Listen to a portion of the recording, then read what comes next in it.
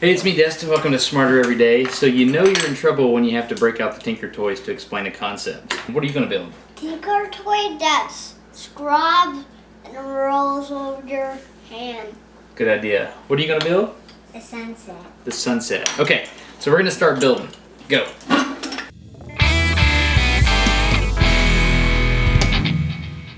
Alright, here at Smarter Every Day, we're right in the middle of a series on how helicopters work. And if you recall, I told you at the beginning that helicopters are very, very complicated. So here's the Tinker Toy helicopter that I just made. And if you recall from the other videos, I told you that as the blades on the helicopter spin around, they have the ability to change pitch as they go around in the rotor disc. Now this is called cyclic pitch. And if you don't understand this concept, you need to go watch this remedial video so you can remind yourself about what I'm talking about. So let's assume that we fully understand how that works. Here's the question. If I have a helicopter and I simply want to make a maneuver and I want to tilt the helicopter up and forward just like this, how do we change the pitch in the rotor disc?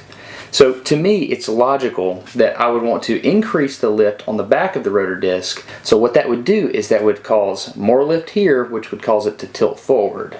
This makes sense to me. Does it make sense to you? Well, here's the deal. You're absolutely wrong if it does. This is why. You actually provide more lift on the side of the helicopter, and that will tilt the helicopter forward. When I first figured this out, it blew my mind because it just did not make intuitive sense. But it has something to do with this little gadget right here. You may have seen one before. It's called a gyroscope. So what does this have to do with helicopters? If you think about it, it's a big mass spinning very fast. Look at a helicopter. What do we have on top? It's a big mass spinning very fast.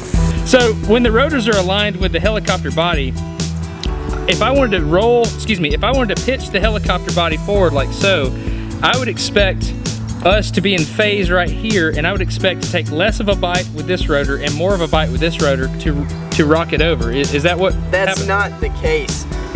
It does seem like that would be, but due to gyroscopic precession, any force on a spinning disc, which these blades do act as a disc, takes effect over a 90-degree phase. So if we give it a force here to push down or up to roll the helicopter forward, it'll actually take effect 90 degrees later and roll the helicopter sideways.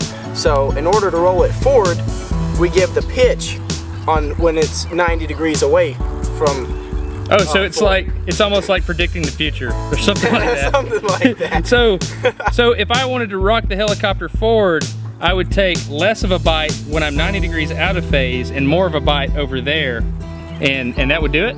Yep, so the blade here pulls up, this one pushes down, and it takes effect 90 degrees later when it's parallel with the machine, and the machine will rock forward like so. Yeah, I'm not getting it either. In fact, I got a one-on-one explanation from an ex-pilot at the Smithsonian and I still didn't get it. The control tube 90 degrees in front on the swash plug.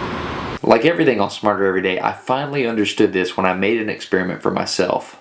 Alright, so Carl and I have set up a really super high-tech experiment involving bicycle wheels. Hey, the Wright brothers did it. It's good enough for me if it's good enough for them.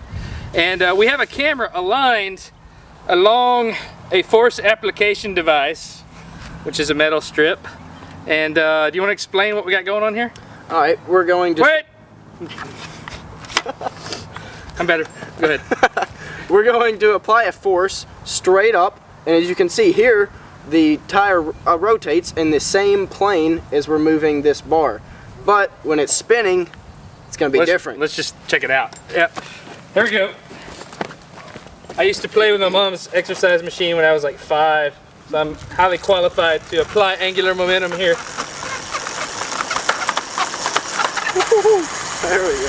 Angular momentum applied. It breaks. Try to control this thing. All right. So now we're going to do the same test again. We're going to apply force straight up here, and it rotates 90 degrees from where we apply the force. All right. This principle is called gyroscopic precession.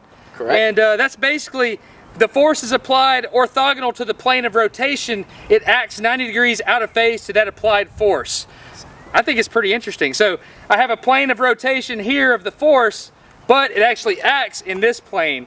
And so if you look at the horizon that the camera's looking at, as he pushes up, it rotates opposite of that. It's pretty cool. Yep. Anyway, that's it. That's why helicopter blades operate 90 degrees out of phase. Got anything you want to add? Besides the fact that I was kneeling in a horse biscuit the entire time? Good job. Hey horse, what do you know about gyroscopic precession? That's what I thought. So I realized this was one of the more complicated videos, and I hope you got it. If you would, leave me some comments and let me know so I can figure out how to best explain things in the future. Also, if you're interested, subscribe, because next week we're going to talk about the helicopter speed limit. And it's not because of the FAA, it's physics. I'm Destin, you're getting smarter every day.